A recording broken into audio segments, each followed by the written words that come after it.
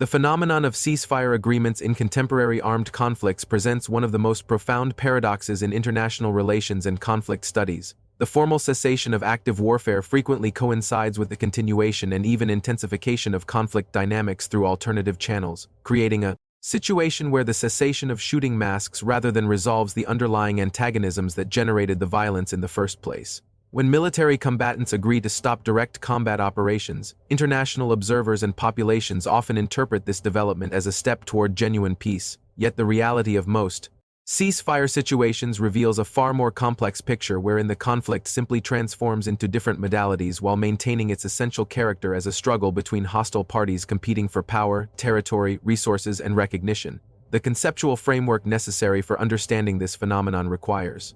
abandoning the notion that warfare and peace exist as binary opposites and instead recognizing them as points along a continuum of conflict expression, where ceasefires represent not the cessation of conflict but merely the suspension of its most visible and kinetic forms while conflict dynamics persist through economic strangulation. Political repression, psychological intimidation, cultural erasure, institutional discrimination, and the systematic denial of resources and opportunities to enemy populations. The structural conditions that generated armed conflict, whether these involve territorial disputes, competition for political power, struggles over resource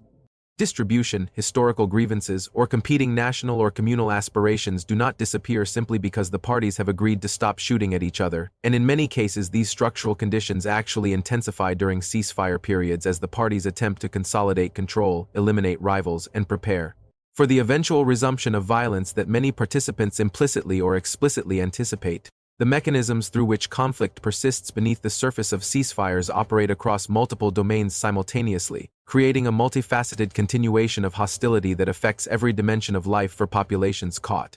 within ceasefire zones, from the most intimate aspects of daily existence to the broadest questions of national identity and political organization. Understanding these mechanisms requires examining how ceasefires operate not as genuine pauses in conflict but as recalibrations of the means through which parties pursue their incompatible objectives, and this examination reveals that the cessation of conventional military operations represents merely the most visible transformation in a larger war that continues through psychological, economic, political, and institutional channels with undiminished intensity and strategic purpose. The international dimensions of this hidden continuity of conflict deserve particular attention because external powers often interpret ceasefires as accomplished facts that reduce their need to engage in conflict mediation or diplomatic efforts. Yet this withdrawal of international attention frequently allows the conflicting parties to intensify their non-military forms of conflict without external scrutiny or constraints, effectively giving them greater freedom to pursue their objectives through means that remain invisible to international monitors and media outlets that focus primarily on counting casualties from direct combat rather than measuring the slower but equally destructive forms of violence that persist beneath ceasefire agreements. The populations within ceasefire zones experience this hidden continuation of conflict acutely as they navigate environments where formal peace coexists with persistent hostility, economic deprivation, political repression, and the constant specter of violence that could erupt at any moment, creating a psychological and social environment that resembles neither genuine peace nor conventional warfare but rather a dystopian middle ground characterized by permanent precarity and the absence of normal civil society. The question of why ceasefires so frequently mask the continuation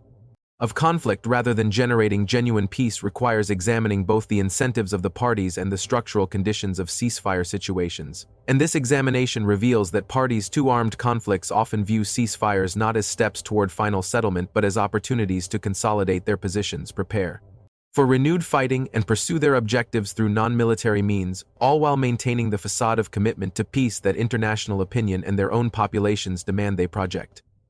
The specific mechanisms through which conflict persists beneath ceasefire agreements operate through economic, political, psychological, and institutional channels that collectively constitute a continuation of the essential antagonism that generated the original armed conflict. Economic warfare represents perhaps the most pervasive and consequential form of hidden conflict continuation, manifesting through sanctions, blockades, the destruction of economic infrastructure, the prevention of trade and commerce, the theft or appropriation of resources, and the systematic impoverishment of enemy populations as a means of reducing their capacity for future military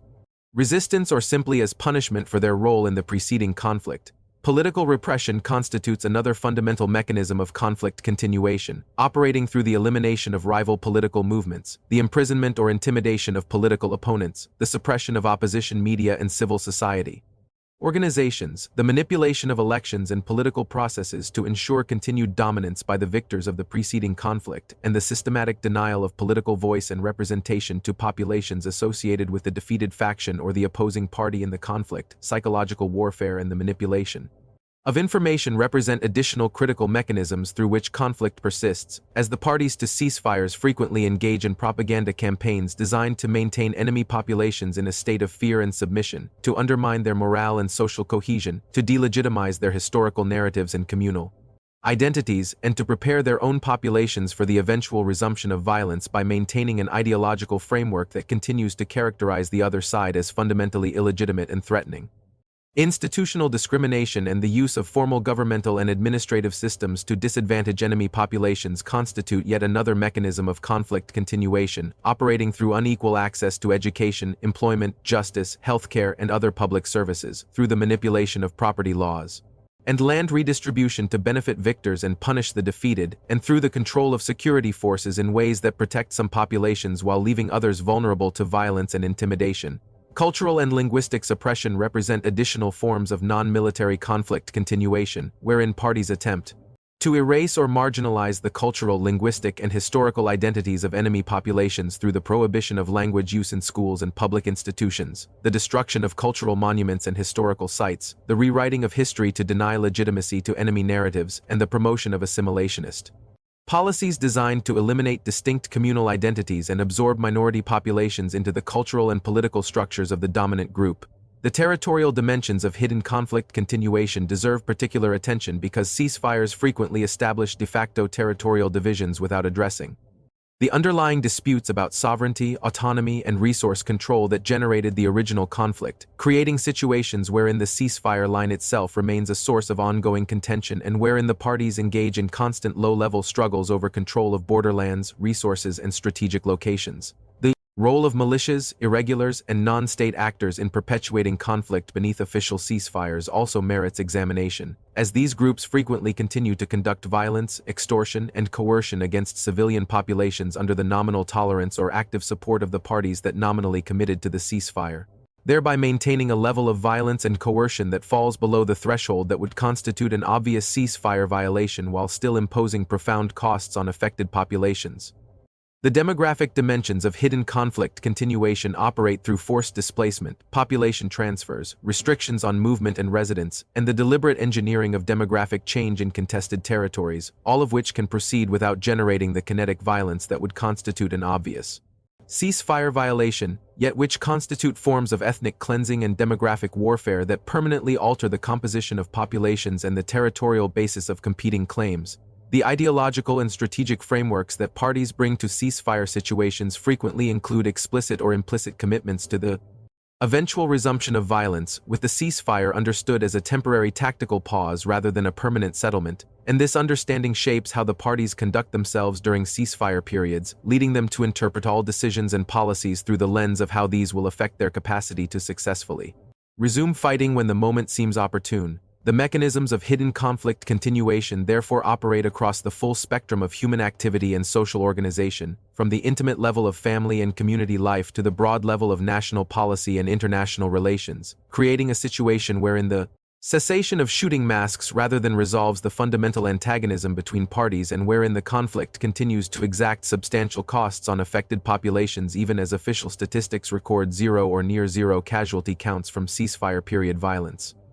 The implications of the recognition that ceasefires frequently mask the continuation of conflict require fundamental rethinking of how the international community approaches conflict resolution, ceasefire mediation, and post-conflict reconstruction, and this rethinking must begin with the acknowledgement that the cessation of kinetic warfare represents only the most visible dimension of conflict and that genuine peace requires not merely the halting of shooting but the resolution of the underlying antagonisms and structural conditions that generated the conflict in the first place. The humanitarian case for ceasefires remains compelling from the perspective of reducing immediate casualties and creating space for humanitarian operations. Yet this humanitarian benefit should not be permitted to obscure or minimize the reality that ceasefires frequently involve the substitution of visible violence for hidden violence, with the result that overall human suffering may not actually decline significantly. Even as the international community congratulates itself for achieving a ceasefire agreement, the challenge for conflict resolution efforts must therefore involve moving beyond the achievement of ceasefire agreements as endpoints in themselves and instead treating ceasefires as potential beginning points for more comprehensive conflict. Resolution processes that address the underlying sources of antagonism and create the conditions for genuine reconciliation and coexistence. The international monitoring and verification of ceasefires must expand beyond the simple documentation of ceasefire violations narrowly defined as armed combat and must instead develop capacities to document and expose the continuation of conflict through economic, political, psychological, and institutional channels, recognizing that these forms of hidden conflict often cause greater long-term damage than kinetic warfare precisely because they operate beneath the threshold of international attention and accountability. The role of transitional justice mechanisms in addressing the crimes committed during preceding armed conflicts deserves greater emphasis in ceasefire agreements, as the absence of mechanisms to address past violence frequently means that perpetrators remain in positions of power and continue to pursue their antagonistic objectives with impunity, and that victim populations remain traumatized and resentful, creating psychological and social conditions that undermine any possibility of genuine peace. The development of inclusive political institutions and processes that provide representation and voice to all communities within ceasefire zones represents another critical requirement for moving beyond ceasefires that merely mask continued conflict, and such institutions must be designed not merely to distribute power among the parties to the original armed conflict but to provide meaningful representation to civil society, women, youth, and other groups whose interests and perspectives are essential for genuine peace. The role of economic reconstruction and development in moving beyond ceasefires that mask conflict continuation cannot be overstated, as economic deprivation and competition for resources frequently constitute the underlying drivers of conflict, and genuine peace therefore requires not merely the cessation of economic warfare but the creation of conditions for shared prosperity and economic opportunity that reduce the incentives for renewed conflict. The cultural and psychological dimensions of moving beyond hidden conflict continuation merit particular attention, as genuine peace requires not merely the absence of violence but the achievement of some level of mutual respect, shared narrative, and psychological reconciliation among formerly hostile populations, and this process cannot be accomplished through top-down elite agreements alone but requires sustained engagement with civil society, education systems, and cultural institutions that shape how populations understand themselves and their relationship to former enemies. The recognition that ceasefires frequently mask the continuation of conflict also requires acknowledging that some ceasefire situations may be genuinely preferable to renewed open warfare from the humanitarian perspective, even if they do not constitute genuine peace, and that the challenge for policymakers involves working simultaneously to reduce the harms associated with hidden conflict continuation while maintaining the cessation of kinetic warfare that at least prevents the most obviously destructive forms of violence. The fundamental insight that emerges from this analysis is that the achievement of ceasefire agreements represents an important but preliminary step in conflict resolution, and that the international community and the parties to conflicts themselves must recognize that the cessation of shooting creates both an opportunity and an imperative for moving beyond conflict through the resolution of underlying antagonisms, the establishment of inclusive political institutions, the provision of transitional justice, and the creation of conditions for genuine reconciliation and coexistence among formerly hostile populations. The continuation of conflict beneath the surface of ceasefires represents both a profound challenge and a cautionary tale about the limitations of ceasefire agreements as conflict resolution instruments. Yet it also points toward a more comprehensive understanding of what genuine peace requires and toward a more sophisticated approach to conflict resolution that moves beyond the simplistic notion that the cessation of shooting constitutes peace and instead recognizes that true peace demands the systematic addressing of the conditions and antagonisms that generate conflict in the first place.